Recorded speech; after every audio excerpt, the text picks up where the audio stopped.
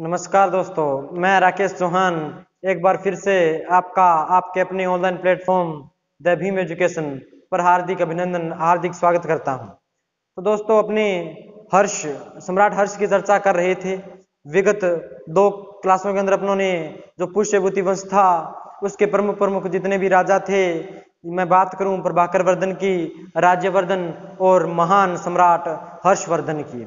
हर्षवर्धन की बहुत बड़ी चर्चा थी, बड़ा महत्वपूर्ण टॉपिक है। इसकी चर्चा अपनों ने पिछले क्लास में कर ली है दोस्तों। अब बात रही हर्षकालीन प्रशासन की। हर्षकालीन प्रशासन बड़ा ही इंपॉर्टेंट पार्ट है।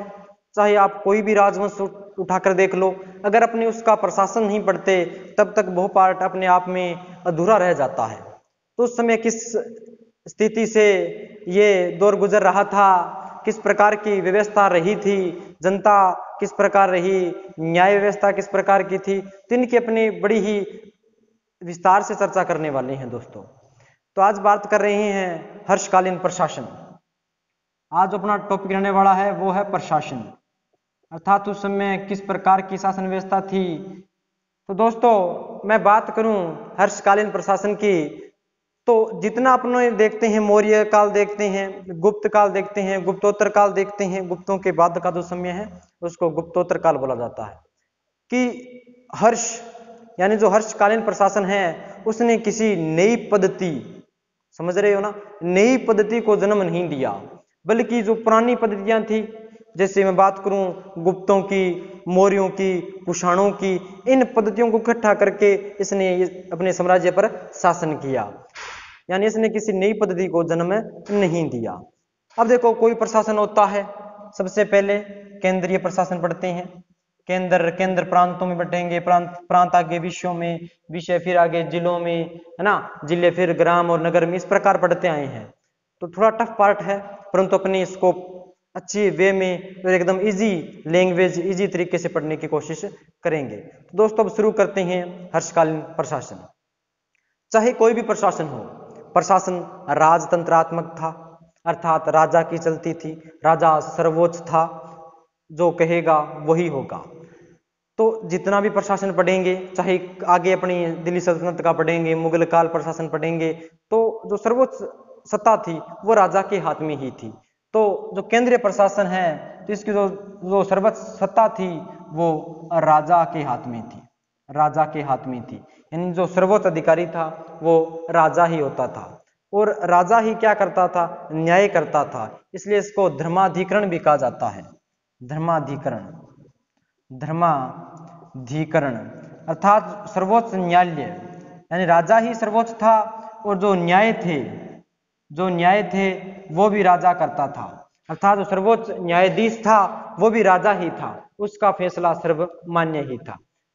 तो जो केंद्रीय प्रशासन है उसका सर्वोच्च राजा था। राजा को धर्माधिकरण भी कहा जाता है, और राजा को राय देने के लिए, एडवाइस देने के लिए एक समिति होती थी जिसको अपने कहते हैं मंत्री परिषद।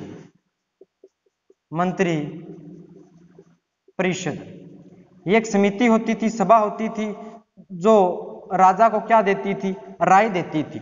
भी आप इस प्रकार कार्य कीजिए, या फिर कोई ऐसे मुद्दे आ जाते थे जैसे उत्तराधिकार का मुद्दा आ गया, या फिर किसी को राजा हटाना है, बनाना है, तो इनका जो परामर्श था वो अति आवश्यक हो जाता था। केंद्रीय प्रशासन, राजा सर्वोच्च अधिकारी था, राजा को सलाह देने के लिए, एडवाइस देने के लिए मंत्री परिषद होती थी। इन मंत्री परिषदों के जो सदस्य थे उनको मंत्री कहा जाता था, सचिव भी कहा जाता था, और अमात्य भी कहा जाता था, अमात्य भी कहा जाता था। यानी मंत्री परिषद 1-2 लोगों की नहीं होती थी, इसमें बहुत सारे सदस्य होते थे, उन सदस्यों के अलग अलग पद होते थे, वो इस प्रकार आगे कार्य किया करते थे। तो दोस्तों, केंद्रीय प्रशासन राजा के पास था, राजा को सलाह देने के लिए मंत्री थी, और इनके मंत्री परिषदों जो थी इनके सदस्य मंत्री, सचिव और अमात्य कहलाते थे। अगर मैं बात करूं हर्ष का जो मंत्री था वो था दोस्तों भंडी। हर्ष का मंत्री कौन था, भंडी था। भंडी इसका मामेरा या मामा का लड़का था, उसकी चर्चा अपने पीछे कर चुके हैं। तो इस प्रकार अपना केंद्रीय प्रशासन था। इसके अनेक अधिकारी भी थे, उनकी चर्चा करना भी अपने लिए आवश्यक हो जाता है। जैसे अनेक पद होते थे, जैसे मैं बात करूं अनेक पदों की, जैसे महाप्रतिहार, महाप्रतिहार, महासंधि विग्राहक, महासंधि विग्राहक, महाप्रतिहार, महासंधि विग्राहक, महाअक्षपाटिल, महाअक्षपाटिल। और मैं बात करूं जैसे सामंत होते थे, महाराज होते थे, कुमारामात्य होते थे। तो ये कुछ केंद्रीय प्रशासन के प्रमुख पद थे दोस्तों, प्रमुख पद थे, प्रमुख विभाग थे, जिनके माध्यम से राजा अपना शासन आसानी से सरल तरीके से किया करता था। जैसे महाप्रतिहार जो महलों की देखरेख किया करता था, महासंधि विग्राहक यानी मैं कह सकता हूं इसको विदेश मंत्री होता है ना, उस प्रकार का महासंधि विग्राहक होता था। और महाअक्षपटिल जो सरकारी जो लेखे जोखे थे उनकी देखरेख किया करता था। सामंत और महाराज राजा के नीचे कार्य किया करते थे, उनको सामंत या महाराज कहते हैं। तो दोस्तों ये अपना था केंद्रीय प्रशासन, बड़ा ही आसान है, समझने की कोशिश करो। सर्वोच्च अधिकारी राजा, राजा को सलाह कौन देगा? मंत्री परिषद, मंत्री परिषद के सदस्यों को क्या कहा जाता था? मंत्री, सचिव, अमात्य। बहुत ईजी है। अगर आगे मैं बात करूं इसके प्रमुख पद, महाप्रतिहार, महाअक्षपाटिल, कुमार अमात्य, जैसे बहुत पद थे, बहुत पद थे। तो दोस्तों ये अपना केंद्रीय प्रशासन था। केंद्र आगे किस में बटेगा? प्रांतों में, राज्यों में बटेगा। तो केंद्र आगे बट गया दोस्तों किसमें? प्रांतों में। तो ये अपना केंद्रीय प्रशासन था। आगे मैं बात कर रहा हूं दोस्तों प्रांतीय प्रशासन की। केंद्र आगे किस में बट गए? प्रांतों में। केंद्र आगे किस में बट गए दोस्तों? प्रांतों में। अब देखो दोस्तों, केंद्र आगे बट गए प्रांतों में। प्रांतों का जो अधिकारी होता था, प्रांतों का जो अधिकारी होता था उसको लोकपाल कहा जाता है। लोकपाल या उपरीक या औपचारिक एक ही बात है। जो इसका प्रशासनिक अधिकारी था वो लोकपाल या औपचारिक थे। अब प्रांतों को कहते क्या थे? तो प्रांतों को दोस्तों भुक्ति या गोप्ता कहा जाता था। अब ये समझो, भुक्ति प्रांतों को कहा जाता था। जो बीच के प्रांत होते थे उनको भुक्ति कहा जाता था, और जिन प्रांतों की सीमा किसी अन्य देश से लगती थी उनको गोप्ता कहा जाता था। और इनका जो प्रशासनिक अधिकारी था वो लोकपाल या औपचारिक ही था। अब अगर मैं आगे बात करूं, प्रांत आगे किस में बटेंगे? जिलों में। जिलों को क्या कहा जाता है? विषय। तो प्रांत आगे किस में बट गए दोस्तों? विषय में। विषय अर्थात जिलों में। अब जो विषय या जो जिले हैं उनके जो अधिकारी था उनको विषयपति कहा जाता था, यानी विषय का अधिकारी विषयपति। तो इसका जो प्रशासनिक जो अधिकारी था वो था दोस्तों विषयपति हुआ करता था। केंद्र प्रांतों में बटा, प्रांत किस में बट गए? विषयों में बट गए, अर्थात जिलों में बट गए। जिले आगे किस में बटेंगे? जिले आगे बट गए दोस्तों पाठक। अब ये पाठक क्या है? पाठक आप समझ लो तहसील होती है ना, मतलब जिलों के प्रशासन की सरलता है तो उनको तहसीलों में बांट लिया जाता है। तहसील आगे नगर और ग्राम में बट गई इस प्रकार, क्योंकि बहुत लंबा चौड़ा सिस्टम हो जाता है, राजा अकेला नहीं संभाल सकता था, इसलिए इसको राजा के शासन की सरलता है तो इनको अनेक छोटे छोटे पार्टों में बांट दिया जाता है। उन पर अधिकारी नियुक्त कर दिए जाते हैं ताकि वो देख रेख कर सके। तो प्रांत विषयों में बटे, विषय आगे पाठक में बट गए, जो इसको अपने आज के संदर्भ में क्या कह सकता हूं दोस्तों? तहसील कह सकता हूं। तहसील किस में बट गई? अर्थात पाठक बट गया किसमें? ग्रामों अर्थात गांवों में बट गए। और ग्रामों का जो प्रशासनिक अधिकारी होता था दोस्तों वो होता था ग्रामिक या ग्रामीणी एक ही बात है। ग्रामिक या ग्रामीणी। केंद्र के बाद प्रांत के बाद विषयों के बाद पाठक के बाद ग्राम। बहुत इजी है। इसको देखते जाना, बहुत अच्छी तरीके से समझ में आएगा। केंद्र पढ़ा, केंद्र के बाद प्रांतों का जो प्रशासनिक अधिकारी था लोकपाल या उपारी कहते थे। प्रांतों को भुक्ति या गोप्ता कहा जाता था। प्रांत आगे जिलों में बट गए, जिलों को विषय कहा जाता था। और जो विषयों का जो प्रशासनिक अधिकारी था वो विषय पति कहलाता था। विषय पति आगे किस में जो विषय थे आगे किस में बट गए, पाठक में बट गए। पाठक आगे किस में बट गए, ग्रामों में। हो गया पूरा। प्रशासन इज द कंप्लीट, प्रशासन पूरा हुआ। ये छोटा सा टॉपिक है, कोई ज्यादा लंबा चौड़ा नहीं है, खींचने को तो बहुत खींच सकती हैं, परंतु इसके जो प्रमुख पद हैं वही पढ़नी होती हैं। इस हर्ष के समय की जो प्रशासनिक व्यवस्था थी वो पढ़ ली।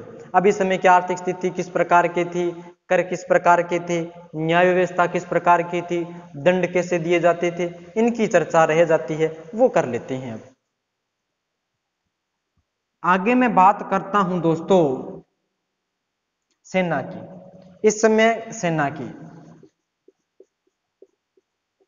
सेना कहा जाता है, हेमंत स्वांग की जो सीयू की पुस्तक थी और बाणभट्ट ने जो हर्षचरित पुस्तक लिखी थी उसके अनुसार कहा जाता है कि हर्ष की सेना में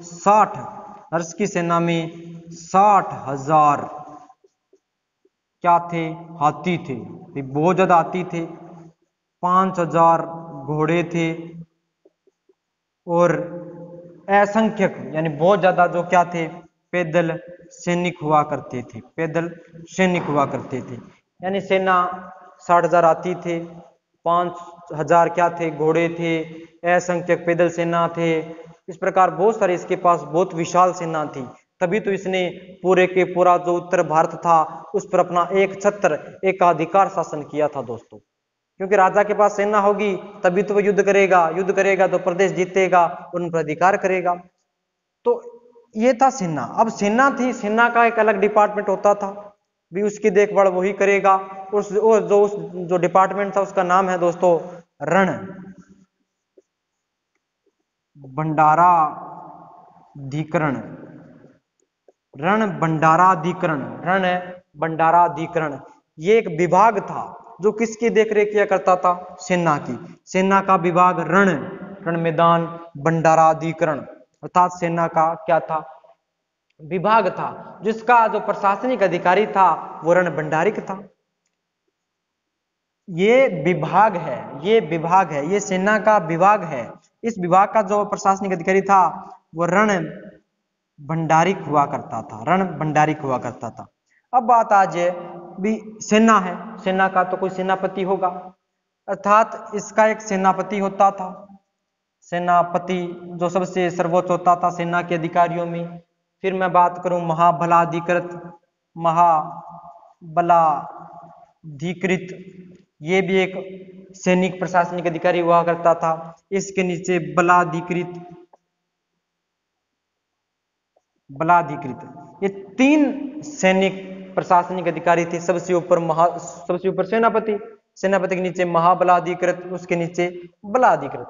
तो ये छोटा सा सैनिक प्रशासन था। उस समय किस प्रकार की सैन्य व्यवस्था थी, हर्ष के पास बहुत बड़ी विशाल सेना थी। इसका पता अपने को हिंद स्वांग की सीयू की और उसके अपने जो हर्षचरित है उससे अपने को पता चलता है। फिर मैं बात करूं इस समय की धार्मिक स्थिति की। इस समय किस प्रकार की धार्मिक स्थिति थी, तो दोस्तों अपने जब गुप्तों के अंदर पढ़ा था कि गुप्तों के अंदर जो वर्ण व्यवस्था थी वो पूरी तरह किस पर आधारित हो गई थी दोस्तों, जन्म पर आधारित हो गई थी। जो जिस कुल में जन्म लेगा वो उसी प्रकार आगे माना जाएगा। परंतु इस समय जो मैं कह सकता हूं कि जो धार्मिक या वर्ण व्यवस्था थी, जो जातीय व्यवस्था थी, वो बड़ी ही शानदार थी। क्योंकि इस समय जो राजनीतिक सत्ता थी वो शूद्र और वैश्य के हाथों में भी थी। कैसे गुरुजी, भी जो हर्ष था वो स्वयं क्या था, एक वैश्य था। हर्ष स्वयं एक क्या था, वैश्य था। इससे अपने को पता चलता है कि इस समय जो राजनीतिक सत्ता थी वो वैश्य जो वर्ण था उसके हाथ में भी थी। एक पता चलता है अपने जो सिंध का राजा था, तो सिंध का राजा था वो शूद्र था। तो इससे अपने को पता चलता है कि इस समय जो राजनीतिक सत्ता थी वो छोटे वर्ग, छोटे कुल में भी प्रचलित थी। हाँ, इस समय का जो सर्वोच्च धर्म था, सर्वोच्च धर्म कौन सा था? ब्राह्मण। ब्राह्मण धर्म सर्वोच्च था। ब्राह्मण धर्म क्या था? सर्वोच्च था।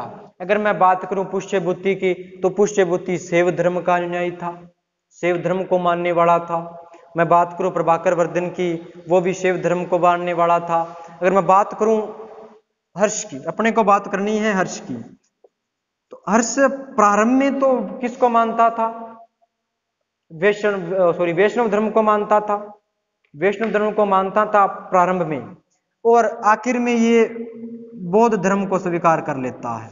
बौद्ध धर्म को स्वीकार कर लेता है। बौद्ध धर्म की जो महायान शाखा थी उसका प्रमुख अनुयायी बन गया, प्रमुख अनुयायी बन गया, क्योंकि इसने अपने पढ़ते हैं कनौज के अंदर अनेक सभाएं आयोजित की थी। 643 ईस्वी में हेनस्वांग उसका प्रमुख था। किस प्रकार के जो स्रोत थे इनसे पता चलता है कि हर्ष प्रारंभ में शैव मत का था, बाद में इसने बौद्ध धर्म क्या कर लिया दोस्तों? स्वीकार कर लिया। तो ये इस समय की धार्मिक स्थिति थी। अगर मैं बात करूं इस समय की आर्थिक स्थिति की, तो आर्थिक स्थिति बड़ी ही शानदार थी, सुदृढ़ थी। इस समय की जो आर्थिक स्थिति रही, आर्थिक स्थिति भी, कोई भी प्रदेश है, चाहे पहले हो चाहे आज हो, अगर उस प्रदेश या राज्य या देश की आर्थिक स्थिति बढ़िया होगी, फसल अच्छी आएगी, टैक्स अच्छा मिलेगा, सेना अच्छी बनेगी, तो राजा अपने आप अच्छा होगा। तो इस समय जो हर्ष था, इसके समय जो इसकी भूमि थी बड़ी उपजाऊ थी, टैक्स अच्छा मिलता था, सेना अच्छी थी, क्योंकि सेना इतने हाथी रखने आसान थोड़ी ना है, उनका भी खर्चा लगता है। तो इस समय की जो आर्थिक स्थिति थी वो बहुत ही शानदार थी। प्रमुख जो कृषि व्यवसाय था वो अपने चरम पर था, लोगों के पास जमीनें अच्छी थी, टैक्स अच्छा देते थे। मैं कह सकता हूं कि इस समय जो किसान थे, किसान वर्ग की स्थिति अच्छी थी, और जो व्यापारी थे उनकी भी स्थिति अच्छी थी, क्योंकि व्यापारी तो व्यापार करते ही करते हैं। अगर मैं बात करूं इस समय की कर व्यवस्था की, कर टैक्स, क्योंकि राजा को जो कर है, टैक्स है, उसी से तो उसका प्रशासन चलता है। तो प्रशासन कर 3 प्रकार के होते थे। कौन कौन से? देखो, एक भाग, एक हिरण्य, और एक आता है बलि। ये 3 कर हैं, 3 टैक्स हैं, 3 प्रकार के कर हैं, 3 प्रकार के टैक्स हैं। कौन कौन से? भाग अर्थात जो राज्य की भूमि होती थी, जिन पर किसान फसलें उगाते थे, तो उनका 1/6 भाग किसको देना पड़ता था? राजा को देना पड़ता था। तो इसको अपने कहते हैं भाग। राज्य के भूमि से प्राप्त होने वाला जो कर था, टैक्स था, उसको भाग कहा जाता था। हिरण्य, नगद के रूप में, नगद के रूप में जो कर दिया जाता था उसको हिरण्य कर कहा जाता था। तो भाग, भाग जो था वो पैसे कैश नहीं दिया करते थे, अर्थात राजा को अनाज दे दिया और अन्य उपयोगी वस्तुएं दे दी, तो उससे राजा का काम चल जाता था। जो हिरण्य कर था वो नगद के रूप में था। बलि कर, बलि कर वो था जो व्यापारियों से वसूल किया जाता था। जो व्यापारी थे, व्यापारियों से जो कर वसूल किया जाता था वो बलि कर था। ये 3 प्रकार के कर थे। एक बात और ध्यान रख लेना कि जो हर्ष था, हर्ष धार्मिक सहिष्णु व्यक्ति था। खुद वैष्णव धर्म का था प्रारंभ में, फिर बुद्ध धर्म का अनुयायी बन गया। अनुयायी बनने के बाद उसने अनेक विद्वानों को संरक्षण दिया, बहुत सारे विद्वानों को संरक्षण दिया। जैसे अपने पढ़ते हैं बाण भट्ट हो गया, हेवेनस्वांग हो गया, इति सिंह, यानी बहुत सारे जो बौद्ध विद्वान थे या अन्य किसी धर्म के विद्वान थे, उनको इसने क्या दिया? संरक्षण दिया। एक उल्लेख मिलता है कि दिन के अंदर जो 24 घंटे थे, सुनना दोस्तों, दिन के अंदर जो 24 घंटे थे, 24 घंटों को इसने बांट रखा था। अर्थात 24 घंटों को इसने 3 भागों में बांट रखा था। अर्थात पहले भाग में ये जो राजकीय कार्य हुआ करते थे, प्रशासनिक कार्य, उनको देखता था, संभालता था। राजा के लिए जरूरी होता है कि किस प्रकार की अपनी प्रजा रह रही है, कोई समस्या, कोई दिक्कत वगैरह तो नहीं है। और बाकी के जो दो हिस्से थे, दो भाग थे, वो ये धार्मिक कार्यों में व्यतीत किया करता था। धार्मिक कार्यों में, अर्थात अपने समय का 2/3 भाग ये क्या किया करता था, धार्मिक कार्यों के अंदर व्यतीत किया करता था। तो इससे अपने को पता चलता है कि जो हर्ष था वो धार्मिक सहिष्णु व्यक्ति था। अगर मैं आगे बात करूं, इस समय की जो न्याय व्यवस्था थी, न्याय व्यवस्था बड़ी ही कठोर थी गुप्तों की तुलना में, क्योंकि गुप्तों के अंदर जब पढ़ते हैं, फैयान किसने वर्णन किया था कि इस समय जो न्याय व्यवस्था थी बड़ी ही शानदार थी। गुप्तों की बात कर रहा हूं क्योंकि उसमें मृत्युदंड वगैरह का कोई उल्लेख अपने को नहीं मिलता, परंतु जो हर्षकालीन न्याय व्यवस्था है, हर्षकालीन जो न्याय व्यवस्था है वो बड़ी ही क्या थी, कठोर थी। गुप्तों की तुलना में बड़ी ही क्या थी, कठोर थी। यहाँ पर को बड़ा जुर्म, बड़ा साहस अगर कोई कर देता था तो उसको मृत्युदंड भी दिया जाता था, मृत्युदंड भी दिया जाता था। और जो न्याय व्यवस्था का जो सर्वोच्च अधिकारी था वो कौन था, राजा था, जिसको क्या कहा जाता था, धर्माधिकरण कहा जाता था। इसकी चर्चा अपनों ने कर ली है। तो छोटे मोटे जो न्यायाधीश होते थे उनको कहा किया जाता था मीमांसक, मीमांसक। अर्थात जो न्यायाधीश होते थे, न्यायाधीश होते थे, उनको मीमांसक कहा जाता था। जो सर्वोच्च न्यायाधीश था वो कौन था, राजा था। सर्वोच्च न्यायाधीश राजा था, वह राजा जो कहेगा वही होगा। ये बातें उस समय की न्याय व्यवस्था थी दोस्तों। अब दोस्तों ये सब इतना सब कुछ पढ़ लिया, अब थोड़ी सी बात कर लेता हूँ इनके जानकारी के स्रोत, इनके जानकारी के स्रोत कि अपने को जानकारी कहाँ से मिलती है। अगर मैं इस टॉपिक को नाम देना चाहूँ तो साहित्य, इस समय साहित्य का भी विकास हुआ था। तो बहुत से, जैसे मैं बात करूँ, ह्वेन त्सांग आया था, इसके राज दरबार में बाणभट्ट रहते था, तो वो बहुत बड़ा विद्वान था। अगर मैं बात करूं बाणभट्ट, बाणभट्ट ने एक पुस्तक लिखी हर्षचरित, भली भांति वाकिफ हैं, पिछले कुछ समय से इसी की चर्चा कर रहे थे। हरिश्चरित, हरिश्चरित, हरिश्चरित्र में कुल 8 अध्याय हैं, 8 अध्याय हैं। 8 अध्यायों में बाणभट्ट के स्वयं के 3 अध्याय हैं। पर्सनल मैटर, निजी मैटर, पर्सनल मैटर लिखा है इसने 3 अध्यायों में। बाकी 5 में इसने सम्राट हर्ष के बारे में अपने को क्या दी है दोस्तों, जानकारी दी है। तो ये हर्षचरित थी। इसने एक उपन्यास और लिखा था, कादम्बरी, कादम्बरी। दोस्तों ध्यान रखना, कादम्बरी को भारत का प्रथम उपन्यास होने का गौरव प्राप्त है। किसको, कादम्बरी में, कादम्बरी में, यानी कादम्बरी को भारत का प्रथम उपन्यास होने का क्या है दोस्तों, गौरव है। तो ये बातें थी बाणभट्ट की। हर्ष स्वयं भी बहुत बड़ा विद्वान था, इसने भी कई नाटक लिखे हैं, जैसे नागानंद हो गया, रत्नावली हो गई, प्रियदर्शिका हो गई। तो खुद भी बड़ा विद्वान था, बड़ा कवि था। अब बात आती है प्रमुख यात्री ह्वेन त्सांग की।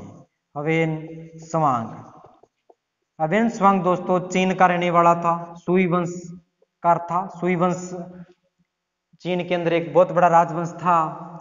उसी के बाद में वहां पे बौद्ध धर्म का प्रचार प्रसार आरंभ हुआ, क्योंकि उसके बाद के जो लोग थे वो यहाँ पे भारत के अंदर आया करते थे दोस्तों। तो ह्वेन त्सांग जो सुई वंश का एक राजकुमार था, जिसने 29 वर्ष की आयु में स्वप्न देखा था कि मैं एक पवित्र भूमि अर्थात भारत के देश में जाऊंगा जहां पर कोई बुद्ध नाम का कोई व्यक्ति हुआ है, जिसको जानने की बड़ी ही जिज्ञासा थी। जितना बौद्ध धर्म अपने भारत के अंदर नहीं फैला, इतना प्रचार प्रसार नहीं हुआ। आज भी चीन जाओ, जापान जाओ, कोरिया जाओ, वहां पर इसका भली भांति प्रचार प्रसार और विकास देखने को अपने को मिलता है। तो ह्वेन त्सांग 629 ईस्वी के अंदर क्या आया था दोस्तों, भारत आया था, भारत आया था। 629 ईस्वी के अंदर भारत आया था।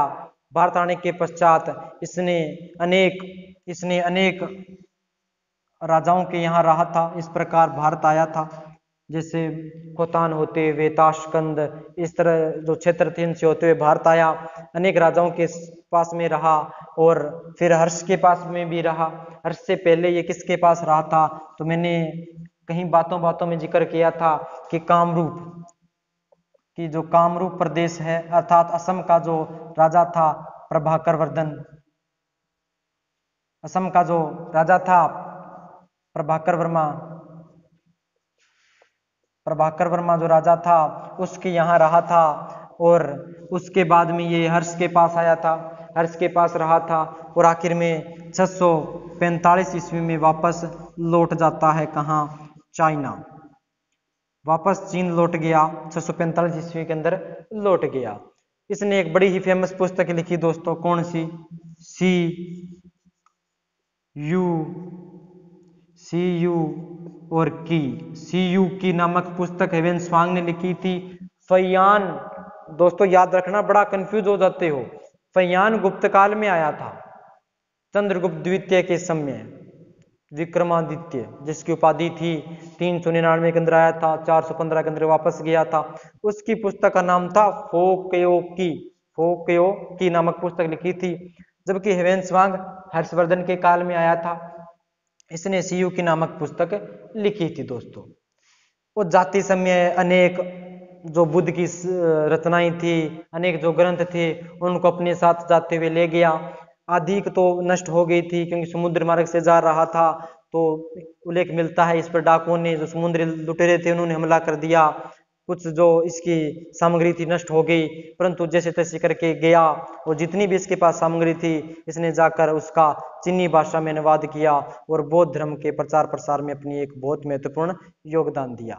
इसके बाद में एक चीनी यात्री आया था, इति सिंह, जो हर्ष के बाद में आता है, क्योंकि हर्ष की मृत्यु 647 के अंदर हो जाती है। अंतिम भारत का हिंदू सम्राट कहा जाता है दोस्तों इसको।